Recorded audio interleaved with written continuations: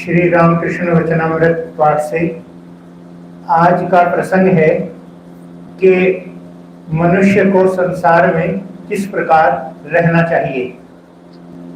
इस संदर्भ में एक पहले छोटी सी कथा कहने के बाद रामकृष्ण वचनामृत का पाठ होगा। राजा जनक का नाम आप सभी ने सुना होगा। उस समय जो गुरु होते थे वे अपने शिष्यों को अंतिम पाठ के लिए यानी अंतिम शिक्षा के लिए राजा जनक के पास भेजा करते थे। तो राजा जनक के पास एक गुरु ने अपने शिष्य को भेजा शिक्षा ग्रहण करने के लिए। तो उस शिष्य ने सोचा कि राजा जनक तो गृहस्थ आदमी और राजा हैं और राज्य करते हैं, तो इसलिए बहुत सी भूल चूक उनसे होती होंगी, तो पता नहीं उन्होंने क्या सीखने के लिए वहां पर भेजा है। लेकिन वो शिष्य राजा जनक के महल में पहुंचा और उसने कहा कि इस तरह मुझे कुछ शिक्षा के लिए भेजा गया है। तो शाम को उसके ठहरने की व्यवस्था की गई। तो रात को वो शिष्य उसके लिए बहुत अच्छा बेड, बहुत अच्छा बिस्तर तैयार किया गया। उस पर फूल बिखरे हुए थे और ऊपर एक तलवार लटकी हुई थी, एक बहुत महीन धागे के साथ, बहुत महीन धागे के साथ एक तलवार लटकी हुई थी। तो वो रात भर उसने सोने की कोशिश की लेकिन सो न सका। जब वो सुबह उठकर आया राजा जनक के पास, तो राजा जनक ने कहा कि आपको नींद कैसी आई। उसने कहा कि नींद का तो कोई नामो निशान ही नहीं था। उन्होंने कहा क्यों? क्योंकि फूल अच्छे थे, बेड भी बहुत अच्छा था, बहुत अच्छा बिस्तर था, लेकिन जो ऊपर तलवार लटकी हुई थी सारी रात ध्यान उस पर रहा कि पता नहीं कब गिर जाए, कब टूटकर गिर जाए और कब प्राण ले ले। तो इसलिए बहुत बड़ी दिक्कत बनी रही पूरी रात भर। तो राजा जनक ने कहा कि जिस प्रकार तुम्हारा ध्यान पूरी रात उस तलवार पर रहा, इसी प्रकार राजकाज करते हुए भी मेरा पूरा ध्यान परमात्मा पर लगा रहता है। इसी तरह मैं राज्य करता हूं और यही स्थिति है कि राज्य में रहते हुए भी, सभी राजकाज करते हुए भी इसी प्रकार ध्यान लगा रहे, तो यही दुनिया में रहने की एक व्यवस्था है और इसी प्रकार दुनिया में रहना चाहिए। तो आज का जो संदर्भ है वो इसी प्रकार का संदर्भ है और यही इसी के बारे में रामकृष्ण देव ने आज के संदर्भ में इसी पर प्रकाश डाला है।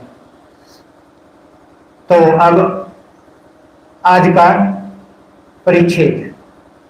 मास्टर विनीत भाव से कहा, ईश्वर में मन किस तरह लगे।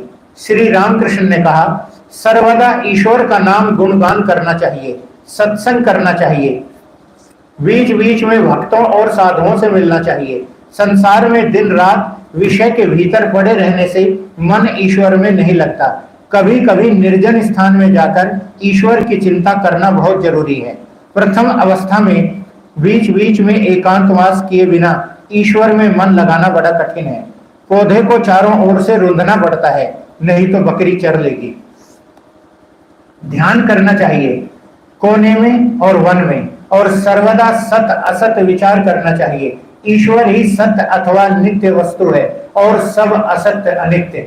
बारंबार इस प्रकार विचार करते हुए मन से अनित्य वस्तुओं का त्याग करना चाहिए। मास्टर ने कहा, संसार में किस तरह रहना चाहिए। श्री रामकृष्ण ने कहा, सब काम करना चाहिए परंतु मन ईश्वर में रहना चाहिए। माता पिता स्त्री पुत्र आदि सबके साथ रहते हुए भी सबकी सेवा करनी चाहिए, परंतु मन में इस ज्ञान को दृढ़ रखना चाहिए कि ये हमारी कोई नहीं है।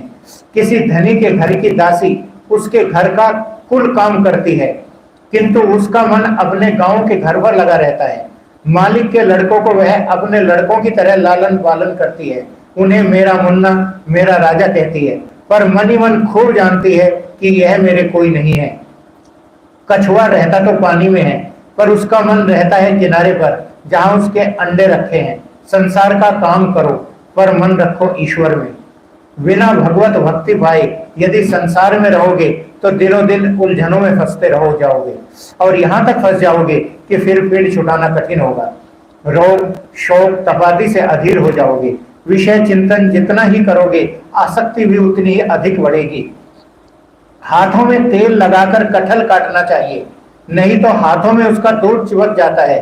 भगवत भक्ति रूपी तेल हाथों में लगाकर संसार रूपी कटहल के लिए हाथ बढ़ाओ। परंतु यदि भक्ति पाने की इच्छा हो तो निर्जन में रहना होगा। मक्खन खाने की इच्छा हो तो दही निर्जन में ही जमती है, हिलाने डुलाने से दही नहीं जमती। इसके बाद निर्जन में ही सब काम छोड़कर दही मथा जाता है, तभी मक्खन निकलता है। देखो, निर्जन में ही ईश्वर का चिंतन करने से यह मन भक्ति ज्ञान और वैराग्य का अधिकारी होता है। इस मन को यदि संसार में डाल रखोगे तो यह नीच हो जाएगा। संसार में कामिनी कांचन के चिंतन के सिवा और है ही क्या। संसार जल है और मन मानो दूध, यदि पानी में डाल दोगे तो दूध पानी में मिल जाएगा, पर उसी दूध का निर्जन में मक्खन बनाकर यदि पानी में छोड़ोगे तो मक्खन पानी में उतराता रहेगा। इस प्रकार निर्जन में साधना द्वारा ज्ञान भक्ति प्राप्त करके यदि संसार में रहोगे तो भी संसार से निर्लिप्त रहोगे। साथ ही साथ विचार भी खूब करना चाहिए। कामिनी और कांचन अनित्य हैं, एकमात्र ईश्वर ही नित्य है। रुपये से क्या मिलता है? रोटी दाल कपड़े रहने की जगह, बस यहीं तक। रुपये से ईश्वर नहीं मिलते तो रुपया जीवन का लक्ष्य नहीं हो सकता। इसी को विचार कहते हैं। मास्टर ने कहा, जी हाँ, अभी अभी मैंने प्रबोध चंद्रोदय नाटक पढ़ा है, उसमें वस्तु विचार है। श्री रामकृष्ण ने कहा, हाँ, वस्तु विचार। देखो, रुपये में ही क्या है और सुंदरी की देह में भी क्या है, विचार करो। सुंदरी की देह में केवल हाड़ मांस चर्बी मल मूत्र यही सब है। ईश्वर को छोड़ इन्हीं वस्तुओं में मनुष्य मन क्यों लगाता है? क्यों वह ईश्वर को भूल जाता है? मास्टर, क्या ईश्वर के दर्शन हो सकते हैं? श्री रामकृष्ण ने कहा, हाँ, हो सकते हैं। बीच बीच में एकांतवास, उनका नाम गुणगान और वस्तु विचार करने से ईश्वर के दर्शन होते हैं। मास्टर ने कहा, कैसी अवस्था हो तो ईश्वर के दर्शन हो?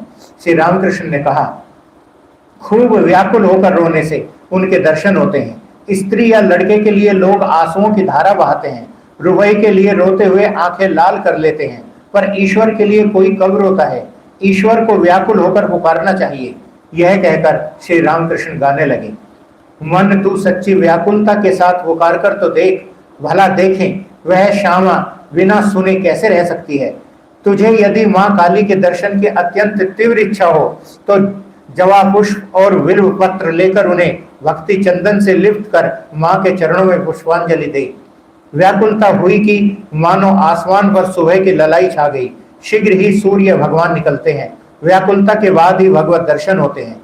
विषय पर विषय की, पुत्र पर माता की और पति पर सती की, यह तीन प्रकार की चाह एकत्रित होकर जब ईश्वर की ओर मुड़ती है तभी ईश्वर मिलते हैं। बात यह है कि ईश्वर को प्यार करना चाहिए। विषय पर विषय की, पुत्र पर माता की और पति पर सती की जो प्रीति है, उसे एकत्रित करने से जितनी प्रीति होती है उतनी ही प्रीति से ईश्वर को बुलाने से उस प्रेम का महाआकर्षण ईश्वर को खींच लाता है। व्याकुल होकर उन्हें पुकारना चाहिए। बिल्ली का बच्चा म्यू म्यू करके माँ को पुकारता भर है। उसकी माँ जहाँ उसे रखती है वही वह रहता है, कभी राख की ढेरी पर, कभी जमीन पर, तो कभी बिछोने पर। यदि उसे कष्ट होता है तो बस वह म्यू म्यू करता है और कुछ नहीं जानता। माँ चाहे जहां रहे म्यू म्यू सुनकर आ जाती है। शेष अगले सप्ताह। धन्यवाद।